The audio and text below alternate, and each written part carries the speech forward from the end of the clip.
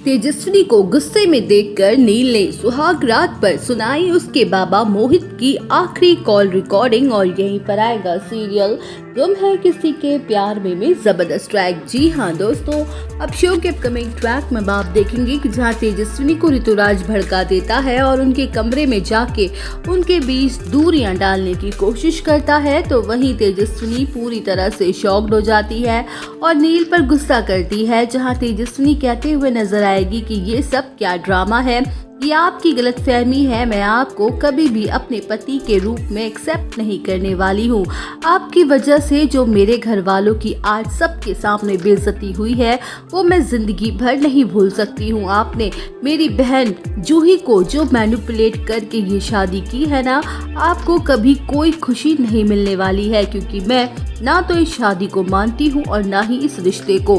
तो वही तेजस्विनी गुस्से से कमरे में जा रही होती है कि तभी नील पीछे से उसको आवाज दे के रोकते हुए कहता है कि प्लीज एक बार मेरी बात सुन लीजिए। वेल, अब शो के अपकमिंग ट्रैक में आप देखेंगे कि जहां नील कहते हुए नजर आएगा कि मैं दिल से मानता हूँ मुझसे गलती हुई है और मैंने आप सबके साथ बहुत गलत किया है। मैं जान चुका हूँ कि आप और ऋतुराज एक दूसरे से प्यार करते हो, आप लोग रिलेशनशिप में भी थे। मेरा यकीन मानिए, अगर ये बात मुझे पहले पता होती तो मैं कभी भी शादी के लिए हाँ नहीं कहता, पर मैंने ये शादी सिर्फ 2 वजह से की है। एक तो जब मैंने आपको पहली बार देखा था तो मेरा यकीन मानिए तभी मुझे आपसे पहली नज़र में प्यार हो गया था, और दूसरा आपके बाबा यही चाहते थे कि हमारी शादी हो, इसलिए मैंने शादी की, क्योंकि मैं नहीं चाहता था कि मैं अपना वादा ना निभा सकूं जो मैंने उनसे इंसान से किया है, जिसके ऑलरेडी कई सारे एहसान है मुझ पे। आपके बाबा ने अपनी आखिरी सांसों में जब अपनी आखिरी इच्छा बताई तो मैंने उसी वक्त फैसला कर लिया था कि मैं उनकी विश को ज़रूर पूरा करूंगा।